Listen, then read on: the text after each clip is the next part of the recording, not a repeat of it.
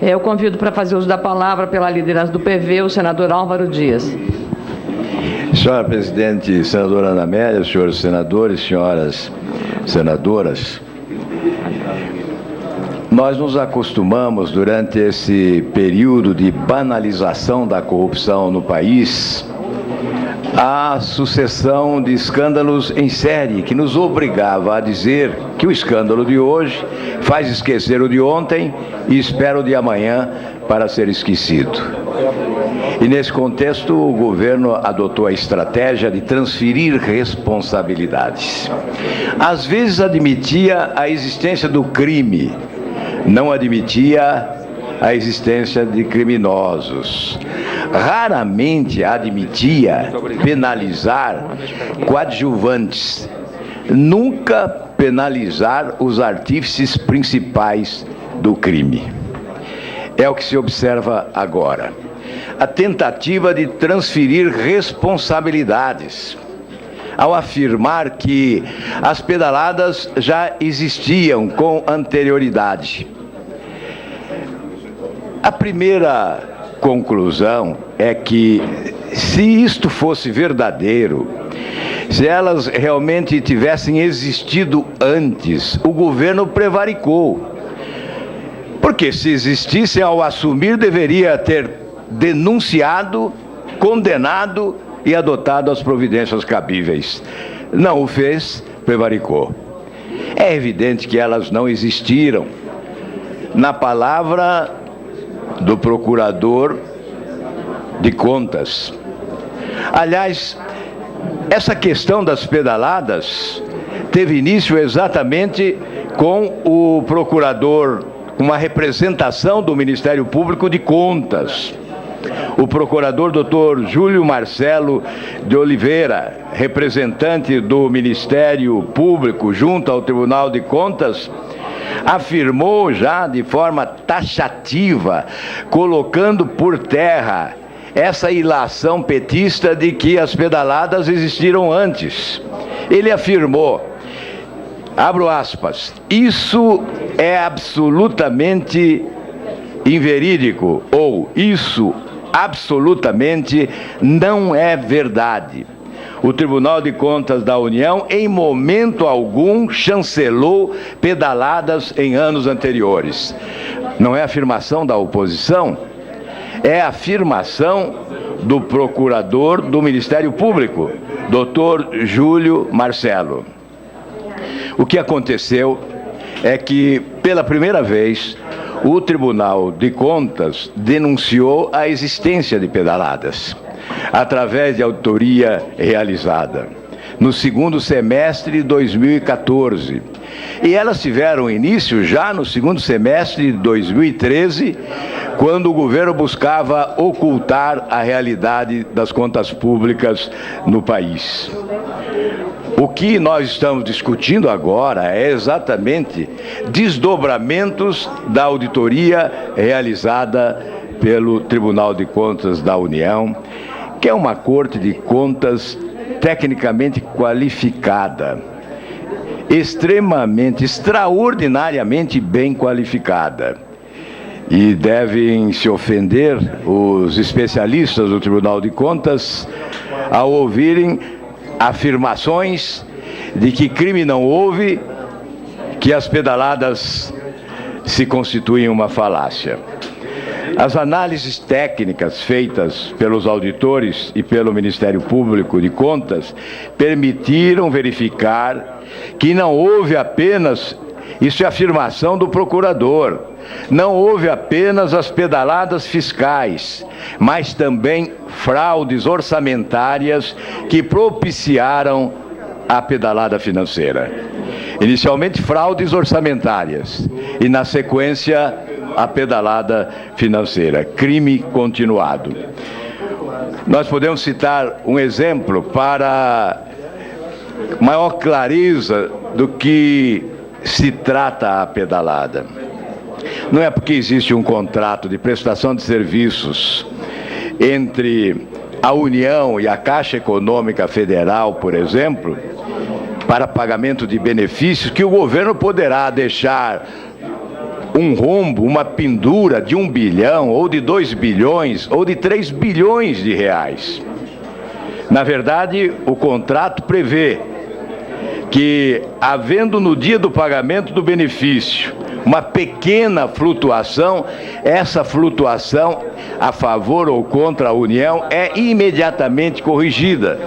Por exemplo, se o governo deposita 500 milhões para pagamento do seguro-desemprego na Caixa Econômica Federal e beneficiários de última hora elevam para 510 milhões, imediatamente o governo terá o dever de cobrir os 10 milhões de furo. Esse é o contrato. O que aconteceu a partir do segundo semestre de 2013 foi uma nítida intenção do governo de financiar-se por meios desses bancos, obtendo um financiamento indireto que ele não assumiu como financiamento, mas que é um financiamento nos termos da Lei de Responsabilidade Fiscal da ordem de 40 bilhões. Chegamos a 40 bilhões.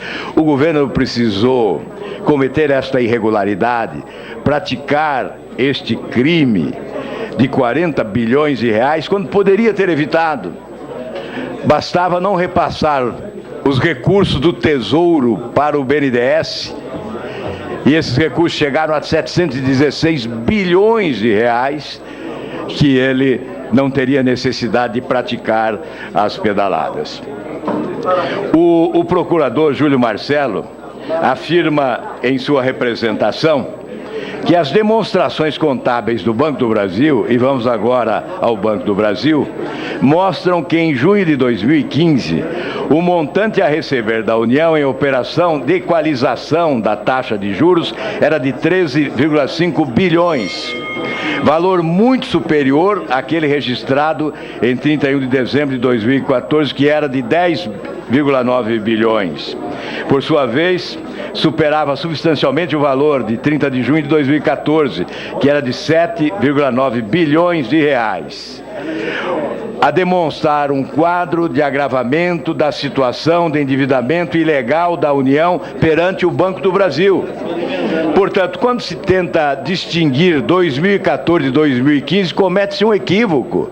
É crime continuado, começou antes e avançou em 2015. Um governo ininterrupto, porque não houve o afastamento da presidência um dia sequer durante a campanha eleitoral. Portanto, o Banco do Brasil não cometeu nenhuma irregularidade. O Banco do Brasil, no parecer do Tribunal de Contas, está isento de qualquer prática irregular. O Tribunal de Contas isenta o Banco do Brasil e condena o governo da União. Esta é a realidade dos fatos. Mas, senhor presidente,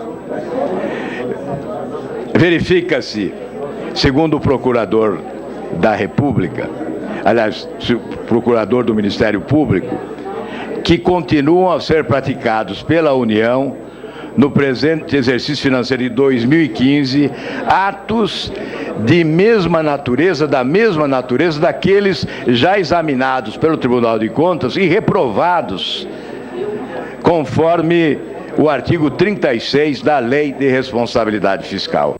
E antes de concluir, senhor presidente, é preciso dizer que o jornal Valor Econômico recentemente traçou um roteiro do que ocorreu e revela que 2 anos e meio antes de iniciarmos esse debate sobre pedaladas, portanto 1 ano antes da campanha eleitoral, técnicos do Tesouro Nacional alertaram a Presidência da República, o Ministério da Fazenda, para a realidade dos fatos, a prática de ilícitos que estavam sendo praticados através da contabilidade criativa que nos levou a conhecer as chamadas pedaladas. Então, técnicos do governo, do próprio governo, alertaram a presidência da República e recomendaram a interrupção desta prática, afirmando que esqueletos seriam reunidos e que um dia seriam expostos. Esqueletos. Portanto, a denúncia primeira sobre a prática de crime de responsabilidade ocorreu no interior do próprio governo. Foram técnicos do Tesouro Nacional que denunciaram a existência dessa prática irregular que consubstancia crime de responsabilidade conforme a Lei de Responsabilidade Fiscal. Conclua, senador Álvaro Dias, por favor. Portanto, impeachment deve ocorrer quando há crime, e crime há, está configurado. Estamos, inclusive, dispensando os demais crimes que não constam da petição. Mas esse crime das pedaladas está comprovado. E se há crime, artigo 85 da Constituição, há impeachment de quem preside o país. Golpe não há. O Supremo Tribunal Federal convalida todos os momentos, todos os atos, todos os passos desse processo de impeachment e taxativamente assevera. É um processo constitucional, portanto, legal e legítimo o processo de impeachment da presidente Dilma. Senhor presidente, muito obrigado. Questão de ordem.